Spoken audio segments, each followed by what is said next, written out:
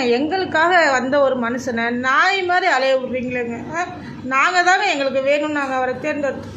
நீங்கள் அவருக்கு இருக்க சொத்துக்கு அவர் எப்படியோ வாழ்ந்துட்டு போகலாங்க.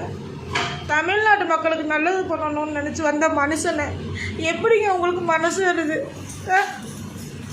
இப்படி போட்டு சித்திரவதை பண்ணுறீங்க.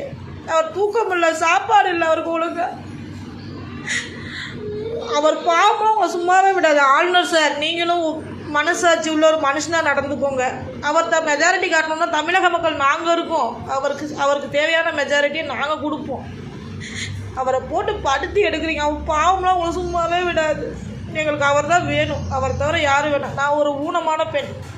எனக்கு தேவையானது எல்லாமே எல்லா கவர்மெண்ட்லேயும் கொடுத்தாங்க, இல்லைன்னு சொல்லலை. ஆனால் எனக்கு யார் ஆண்டா காட்டாக இருக்கணும்னு நான் முடிவு பண்ணியிருக்கேன். எனக்கு விஜய் சார் தான் வேணும். அப்புறம் இதுக்கு மேலே கஷ்டப்படுத்தாதீங்க. ஆச்சி மசாலா. எந்த சமையலும் ருசி தேடும் ரகசியம் 20